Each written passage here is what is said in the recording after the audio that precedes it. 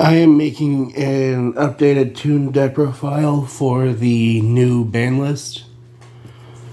Toon has always been one of my favorite decks since it was first released, partially because my first deck was the Pegasus structure deck, and I loved Blue Eyes Toon Dragon. But I figured with the new banlist, I might as well update a couple of my decks in accordance with the new banlist. The only thing I didn't like about it is the fact that it did not ban Mystic Mine and Artifact Scythe. Anyway, starting off with the monsters, I play 3 copies of the Blackstone Legend. The Blackstone Legend has the effect that you can tribute it to then special summon a Red Eyes monster from your, I believe, hand or deck. Also, if you hear a noise in the background, dog is barking nonstop, so instead of pausing every time she barks, yell at her, I'll just keep going and hope for the best. Anyway, let's see. 7 or lower Red Eyes monster from your deck. You contribute special summon a level 7 or lower Red Eyes monster from your deck. And then if a Red Eyes monster is in the grave while this is, you can shuffle a Red Eyes, level 7 or lower Red Eyes into your deck to then return this to your hand. And the reason I play it is because of the Red Eyes Toon Dragon. Then, to finish off the non-Toon monsters, I also play 1 copy of Cyberjar. I'm playing around with this card just to see how it works in Toons. I don't know if I actually like it yet, but if I don't like it, then I'll replace it with the 1-for-1 spell, which I do not have at the moment, but I will be getting one soon. But Cyberjar has the effect of when it's flipped, then you can destroy all monsters on the field. Each player then draws 5 cards, reveals those 5 cards, and they can summon all level 4 lower monsters by either summoning them in attack position or placing them face down. The main reason I like this card is because if your opponent draws a hand trap, that's one less hand trap to deal with. Then I play 3 copies of Toon Harpy Lady. Toon Harpy Lady, all the tunes in this deck, with exception to the last one that I'll go over, share the effect of they can't attack the same turn they're summoned. They can attack directly if Toon World's in play, but unless their opponent controls a Toon monster. But Toon Harpy Lady also has the effect of while you control Toon World. Let's see.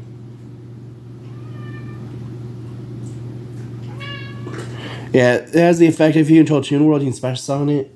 If you control another Toon monster, then you can also target 1 spell or trap card on your opponent's side of the field and destroy it. But the main reason I like this is because of the very last card I'll go over in the main deck, which I feel like no one's going to be surprised about. Then I play 3 copies of Toon Mermaid. Toon Mermaid is just a monster I really like just because of how you can summon it from your hand just by controlling Toon World. It cannot be normal summoned or set, which is the only downfall. As well as you have to pay 500 to have an attack, but it's only because it's a level 4 water monster, which enables Toad plays. Because of that, I also wanted to play Toon Alligator, but I decided against it. Then I play 2 copies of Red Eyes Toon Dragon. Red Eyes Toon Dragon has the effect of once per turn, you can special summon a Toon monster from your hand other than Red Eyes Toon Dragon. And that's pretty much all it does. But it's still decent because it is a level 7 that lets you summon more Toons from your hand. Then I play 3 copies of Toon Dark Magician. Toon Dark Magician has the effect of you can discard a Toon card to then either summon a Toon monster from your deck, I believe. You special summon a Toon monster from your deck other than Toon Dark Magician, or you can add a Toon spell, or I believe it's a spell or trap. Okay, you can discard a Toon card to either summon a Toon from deck or search for a Toon spell or trap. Then I play 1 copy of Blue Eyes Toon Dragon. This card really doesn't need to be in the deck, but I play it just for nostalgia reasons. Because what other deck can people think of that can actually summon Blue Eyes to Red Eyes, Blue Eyes, and Dark Magician. Even though they aren't technically the originals, but oh well. Then I play 3 copies of Toon Blackluster Soldier. Toon Blackluster Soldier is the only Toon in this deck that has the exception to being able to attack the same turn it's summoned. The only other Toon monster that does that is Toon Dark Magician Girl. But Toon Blackluster Soldier has the effect of it can give up its attack to then be able to target a card in the field and remove it from play. The only thing I don't remember is if it has to be a monster card. Let's see. Yeah, you can just target a card in the field and remove it from play. So it doesn't even have to be a monster, it can be a spell trap. But that is it for the monsters. Moving on to the spells. For the spells, I play 3 copies of Toon Kingdom. Toon Kingdom is the most important card in this deck because it acts as a Toon World, but also, in order to activate, you have to banish the top 3 cards of your deck face down, but it makes so your Toons cannot be targeted by card effects. And then if a Toon monster you control be destroyed by battle or card effect, you can banish the top card of your deck for each one that would be destroyed. So if you have 4 Toon monsters and your opponent activates Raigeki, you can banish the top 4 cards of your deck face down to then save those Toons from being destroyed. Then I play 3 copies of Toon Table of Contents. This just lets you add 1 Toon card from your deck to your hand, including itself. So technically, if you really wanted to, you can activate Toon Table, search for Toon Table, search for a 3rd Toon Table, and then use it, which you can then use to add a Toon Bookmark. Toon Bookmark is similar to Toon Table of Contents, but rather than searching for a Toon card, it searches for a card that mentions Toon World. You can only activate 1 bookmark per turn, but while it's in the graveyard, if Toon World you control be destroyed by card effect, you can banish this card from your grave instead. But you can only use each effect once per turn. Then I play 3 copies of Toon Page Flip. Toon Page Flip has the effect of, while you control Toon World, you can reveal 3 Toon monsters from your deck. Your opponent chooses one at random. You summon the one that got chosen, shuffle the other 2 back into the deck. And you only activate 1 Toon Page Flip per turn. But it's fine, because if you see 2, it is a quick play spell. So you can always activate it on your opponent's turn.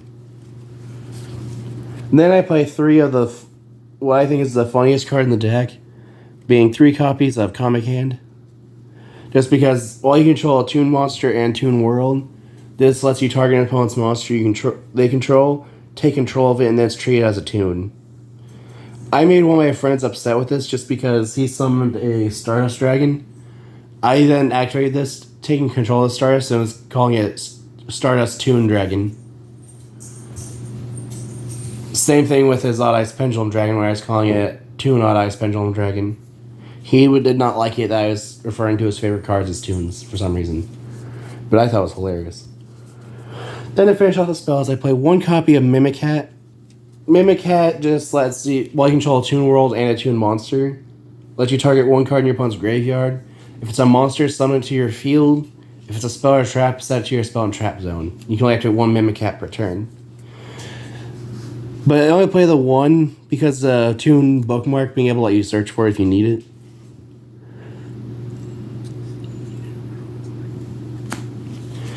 Then I play 1 copy of Monster Reborn just to bring back your Toons from the graveyard. And the last card I play for the spells is 1 copy of Change of Heart. I really like this card, but I'm not entirely certain if it's really needed, because I'll probably end up replacing it with Terraforming. I'm trying to do my best to keep this deck at 40 cards instead of any higher. And then to finish off the traps, I play 3 copies of Harpy's Featherstorm. Harpy's Featherstorm can only be activated while you control a winged beast. But when activated, for that turn, it turns off all your opponent's activated monster effects. But if you control a Harpy monster, then you can activate it from your hand. Whoops, wrong one. We do have a Harpy monster in the form of Toon Harpy Lady. But the other weird part of this card is the fact that if it's set and destroyed by an opponent's card, you can then add 1 copy of Harpy's Feather Duster from your deck to your hand. which I don't play, but I figured it's at least worth mentioning. But that is it for the main deck. Moving on to the extra deck. I play 2 copies of Toad. This is just a generic negate that sends an aqua from your hand or face-up field to the graveyard to negate an opponent's card and destroy it, and then you can set that destroyed card to your field. And then if this card leaves the field, you can target a water monster in your graveyard and then return it to your hand. Which, if you have another water engrave, it can actually return itself. Then I play 1 copy of number 44, Sky Pegasus. This is just because it's toons, and I feel like I have to play Pegasus. But Pegasus has the effect of you can detach material, target opponent's monster, and destroy it. But your opponent can pay 1,000 life points to prevent the monster's destruction. Sometimes this effect actually comes up, but I hardly ever summon it but I just thought it was a cute card because Pegasus. Then I play 2 copies of number 4, Stealth Kraken. Because, again, Toon Mermaid.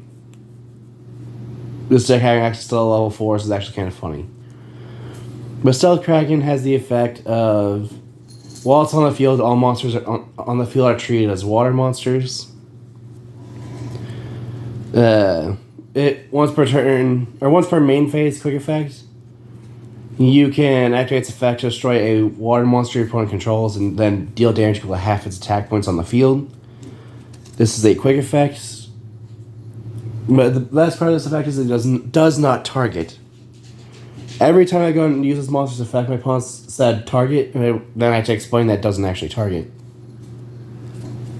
And then if this succeeds, some card is destroyed by battle or card effects, and then you can summon any number of Stealth Kraken spawns from your extra deck up to the number of materials it had. And then you can attach 1 monster or 1 card from your graveyard to each Stealth Kraken spawn that was summoned. And Stealth Kraken spawn has the same effect as Stealth Kraken, except it doesn't change everything to water, it doesn't burn, and if it was summoned off the effect of Stealth Kraken, then when it's destroyed, you can summon a Stealth Kraken from your graveyard and then attach a card from your graveyard to it as material. The funny part is, if Toad's in your grave, you can actually attach Toad, and then if it dies, Toad will trigger again because it was sent to the graveyard. Then I play 1 copy of number 39 Utopia, Utopia Ray, and Utopia the Lightning. This is just for some form of big beater if I need it. But it's essentially just Sun Utopia Ray on top of Utopia, and then Utopia the Lightning on top of Utopia Ray. So that you have a 4 material Utopia the Lightning. Utopia Lightning has the effect of when it battles, your opponent cannot activate cards or effects till the end of the damage step. And then if it battles a monster, you can detach 2 of its materials to make its attack become double its original till the end of the damage step. Which is why having a 4 material Utopia Lightning is really good. Then I play 2 copies of Bahamut Shark. This is how you summon Toad in this deck. You can detach material, summon a rank 3 or lower water monster from your extra deck, but Bahamut Shark cannot attack for the rest of the turn. Then I play 1 copy of number 11, Big Eye. As far as I can tell, this deck loves to steal your opponent's monsters, so why not play Big Eye? And then to finish off the extra deck, I play 2 copies of number 89, Diablosis the Mind Hacker. Honestly, if I had a third one, I'd probably replace Sky Pegasus with a 3rd copy of Diablosis the Mind Hacker. But I've noticed that this card, the longer it remains on the field, the more dangerous it becomes. With a once per turn effect, you can use a material to then have it look at your opponent's extra deck and banish a card from it face down. If it battles and destroys an opponent's monster and sends it to the graveyard, you can then banish 1 card from your opponent's graveyard face down. And if an opponent's card is banished face down, you can banish cards from the top of your opponent's deck equal to the number of face down banished cards. Which I actually found out, the way Diablosis the Mind Hacker is actually hilarious when your opponent activates Pot of Desires while it's on the field, not realizing what's about to happen. Because they will pay 10 for cost, draw 2, and then due to its effect, they'll banish another 10 from the top of their deck. Assuming they didn't already have more banished cards. But that is it for my Toon deck profile. If you have any ideas of what I can do to improve the deck, any decks I'd like to see made in the future, or decks like to see face each other, feel free to comment down below. Thanks for watching.